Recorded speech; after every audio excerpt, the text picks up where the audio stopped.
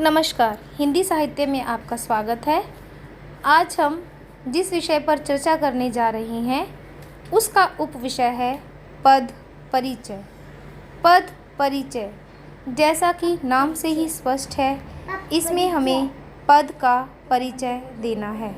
परिचय से हम क्या समझते हैं? जिस तरह से किसी व्यक्ति का परिचय दिया जाता है, ठीक उसी तरह से पदों का भी परिचय दिया जा सकता है। अब अगर हम किसी व्यक्ति का परिचय देते हैं तो क्या कहते हैं? सबसे पहले हम अपना नाम, अपना कार्य, अपना गुण आदि का विवरण करते हैं। उसी तरह जब पद का वर्णन किया जाता है, उसका परिचय दिया जाता है, तो पद का नाम, उसका गुण, उसका प्रकार आदि के बारे में सूचना दी जाती है। इसे ही हम पद परिचय कहते हैं। पद परिचय से हमारा अभिप्राय पद का परिचय देना हो गया। पद परिचय करते समय हमें कुछ बातों का ध्यान रखना चाहिए और कुछ बातों का ज्ञान भी अवश्य होना ही चाहिए। जैसे पद परिचय में हमें पता होना चाहिए संज्ञा, सर्वनाम, विशेषण, क्रिया, अव्यय, लिंग, वचन, काल और कारक। संज्ञा से आप समझते हैं कि संज्ञा किसे कहते हैं? किसी व्यक्ति, वस्तु, स्थान, जाति का बोध कराने वाला संज्ञा कहलाता है। ठीक है। आगे संज्ञा के 3 भेद हैं।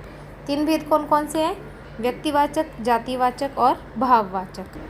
सर्वनाम में हो गया मैं, मेरा। विशेषण, किसी चीज़ की विशेषता बताए।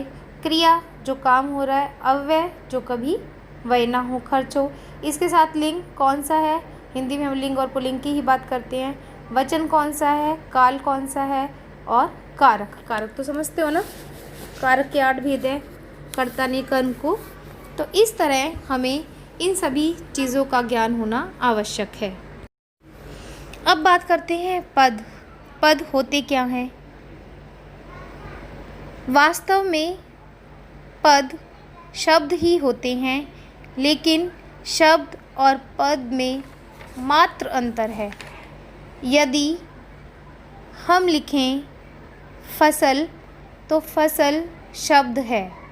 जब वही फसल वाक्य में प्रयुक्त हो जाए, जैसे फसल खराब हो गई, तो वह पद बन गया। क्यों? क्योंकि अब जो शब्द था फसल, वो वाक्य में प्रयुक्त हो चुका है। इसे हम एक उदाहरण से समझते हैं। देखिए, जैसे सतीश, यहाँ लिखा है सतीश। सतीश अब क्या है? ये एक शब्द है।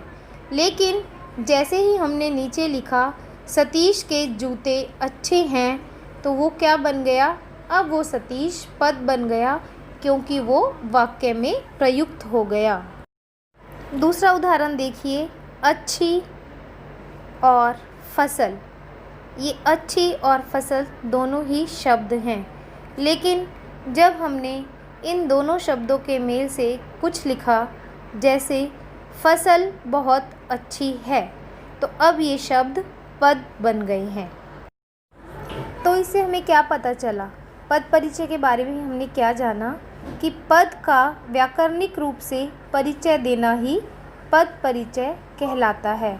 व्याकरणिक रूप यानी व्याकरण की दृष्टि से। व्याकरण की दृष्टि से वाक्य में जो भी शब्द हैं, चाहे वे रेखांकित हैं या पूरा वाक्य ही है, उसके बारे में बताना पद परिचय कहलाता है। पद परिचय देते समय हमें कुछ बातों का ध्यान रखना पड़ेगा कि पद परिचय जिसका भी पूछा गया है, उसमें हमें किसका परिचय देना है। मुख्यतः 5 चीज़ें ही आती हैं जिसका हमें परिचय देना होता है। पहला संज्ञा, दूसरा सर्वनाम, तीसरा विशेषण, चौथा क्रिया और 5वां अव्यय। अगर संज्ञा का कोई वाक्य है तो हमें बताना है संज्ञा में कि उसका लिंग क्या है, वचन क्या है, कारक क्या है। यदि सर्वनाम का कोई वाक्य है जिसका परिचय देना है, तो भी हमें क्या बताना है? लिंग, वचन और कारक। यदि कोई ऐसा वाक्य है जिसमें हमें पता चल रहा है विशेषण है, तो भी हमें क्या बताना है? लिंग, वचन और जो विशेषण है, किसका विशेषण है, वो बताना है। क्रिया बतानी है, क्रिया का कोई है तो लिंग, वचन और काल। और अगर अव्यय का कोई वाक्य है तो हमें सिर्फ और सिर्फ अव्यय ही बताना है। हमें उसमें लिंग, वचन और काल बताने की कोई ज़रूरत नहीं है। इसका मतलब कोई भी पद परिचय आ जाए, पहले हमें पता लगा लेना है कि वो क्या है और उसके अनुसार हमें किस चीज़ का परिचय देना है। जब भी आप किसी वाक्य का पद परिचय दोगे तो आप पाओगे ऐसा कोई भी वाक्य नहीं है जिनमें ये 5 चीज़ें ना हो। कौन कौन सी? संज्ञा, सर्वनाम, विशेषण, क्रिया और अव्यय। आपको पद परिचय बिल्कुल अच्छी तरह समझ आ जाए, आप उसको करना सीख जाएं, इसके लिए मैं अब कुछ उदाहरण लेती हूँ जिसे आपको ये समझाया जाता है। पहला उदाहरण देखिए, सचिन अच्छा लड़का है। इसमें हमने सचिन को रेखांकित कर दिया गया है।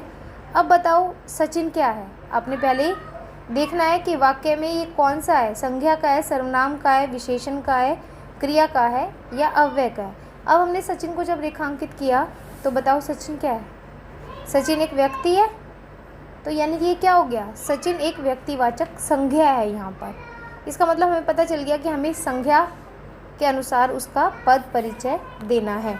तो संज्ञा के अनुसार जब पद परिचय देना है तो क्या है, सभी में एक ही चीज़ है कि हमें बताना है संज्ञा है तो वो कौन सी है, फिर लिंग कौन सा है, फिर वचन कौन सा है और फिर कारक कौन सा है, काल क्या है, ये सारी चीज़ें बतानी है ना।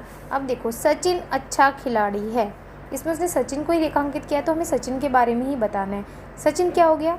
व्यक्तिवाचक संज्ञा। संज्ञा कौन सी हो गई? व्यक्तिवाचक संज्ञा। अब बताओ सचिन क्या है, लड़का है या लड़की? लड़का है यानी वो पुल्लिंग हो गया।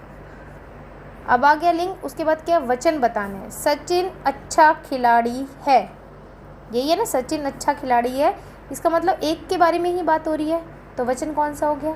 एक वचन। अब कारक कौन सा है? सचिन अच्छा खिलाड़ी है। कौन है अच्छा खिलाड़ी? सचिन। करने वाला कौन है? सचिन ना, सचिन है अच्छा खिलाड़ी, सचिन के बारे में बात हो रही है, तो वो क्या हो गया? कर्ता कारक। जिसमें कर्ता के बारे में लिखा होता है कि कर्ता ने, अगर यहाँ पर नहीं भी लिखा कि सचिन ने या क्या, तो इससे भी स्पष्ट हो रहा है कि किसके बारे में बात हो रही है? सचिन के बारे में बात हो रही है। कर्ता कौन है? सब्जेक्ट कौन है? सचिन है। तो सचिन अच्छा खिलाड़ी है, इसमें सचिन जो हो गया व्यक्तिवाचक संज्ञा और पुल्लिंग, एक वचन और कर्ता कारक हो गया। दूसरा उदाहरण, मैं कल जाऊंगा। मैं क्या है? सर्वनाम। जब नाम की जगह कुछ भी आ जाए तो क्या होता है? सर्वनाम। मैं कल जाऊंगा, तो मैं है सर्वनाम। इसमें हमें क्या बताना है? लिंग, वचन और कारक। तो मैं क्या है? मैं कौन सा सर्वनाम है? पुरुषवाचक सर्वनाम। पुल्लिंग कौन है या स्त्रीलिंग? मैं कल जाऊंगा, आपको वाक्य से पता चल जाएगा किसके बारे में, मैं कल जाऊंगी नहीं है, ठीक है, तो ये क्या है? पुल्लिंग है। और मैं कल जाऊंगा, वचन कौन सा है? एक वचन। और कारक कौन है? कौन जाने की बात कर रहा है? मैं, यानी सर्वनाम कर रहा है, तो कौन है? ये कर्ता कारक। और उदाहरण देखते हैं, मुकेश ईमानदार व्यक्ति है। अब हमने इस पर ईमानदार को रेखांकित कर दिया, तो ईमानदार क्या है? विशेषण है, किसी व्यक्ति की विशेषता है, तो विशेषण है। हम इसमें क्या बताना है? लिंग, वचन और किसका विशेषण है ये बताना है। तो ईमानदार क्या है? विशेषण। कौन सा? ईमानदारी किस में आती है? कौन सा विशेषण हुआ ये? गुणवाचक विशेषण। और क्या हुआ? मुकेश ईमानदार व्यक्ति है, तो क्या हुआ? पुल्लिंग। किसके बारे में बात हो रही है? एक ही व्यक्ति के बारे में, यानी एक वचन। और ये ईमानदार किसका विशेषण है? व्यक्ति का विशेषण है। अगला उदाहरण देखिए, राम पुस्तक पढ़ता है। पढ़ता है क्या है? पढ़ता है, कोई काम कर रहा है वो, यानी ये क्या है? क्रिया। अब हमें क्या बताना है? लिंग, वचन और काल। पढ़ता है, राम पुस्तक पढ़ता है। देखो राम क्या हो गया? कर्ता, और पुस्तक क्या हो गया? कर्म। तो हमें क्रिया बतानी है। क्रिया आपने तो सुनी है ना, कर्मक और सकर्मक। तो जब कर्म सहित होती है तो कौन सी क्रिया हो जाती है? सकर्मक क्रिया। और इसमें कर्म क्या है? पुस्तक। राम क्या है? कर्ता, पुस्तक क्या है? कर्म, और क्रिया क्या है? पढ़ता है। तो इसमें राम पुस्तक पढ़ता है क्या हो गया? सकर्मक क्रिया। राम के बारे में बात हो रही है यानी पुल्लिंग है। राम पुस्तक पढ़ता है यानी एक ही व्यक्ति है तो एक वचन है। और कब पढ़ रहा है? अभी पढ़ रहा है। राम पुस्तक पढ़ता है तो कौन सा काल हुआ? वर्तमान काल। एक और उदाहरण देखिए, राहुल इधर उधर घूम रहा है। राहुल कहाँ घूम रहा है? इधर उधर। इधर उधर क्या है? इधर उधर अव्यय। कौन सा अव्यय है ये? इधर उधर संबंध है ना उसका। राहुल इधर उधर घूम रहा है तो कौन सा है? संबंध बोधक अव्यय। और जब अव्यय का कोई पद परिचय आ जाए तो अव्यय ही अपने आप में परिपूर्ण है। आगे लिंग वचन कारक काल बताने की आवश्यकता नहीं है। आशा है आपको ये पद परिचय पूर्णतः समझ आ गया होगा। देखने के लिए धन्यवाद। अब अगला उदाहरण देखिए, राहुल इधर उधर घूम रहा है। इधर उधर क्या है? इधर उधर अव्यय है और मैंने आपको बताया था अव्यय अपने आप में ही परिपूर्ण है। तो इधर उधर कौन सा अव्यय है? संबंध बोधक अव्यय, इसका संबंध है। ठीक है, और जब अव्यय आ गया तो अव्यय में हमें कुछ भी बताने की ज़रूरत नहीं है, ये अपने आप में परिपूर्ण है। लिंग वचन कारक काल बताने की कोई भी आवश्यकता नहीं है। आशा है आपको पद परिचय पूर्णतः समझ आ गया होगा। देखने के लिए धन्यवाद।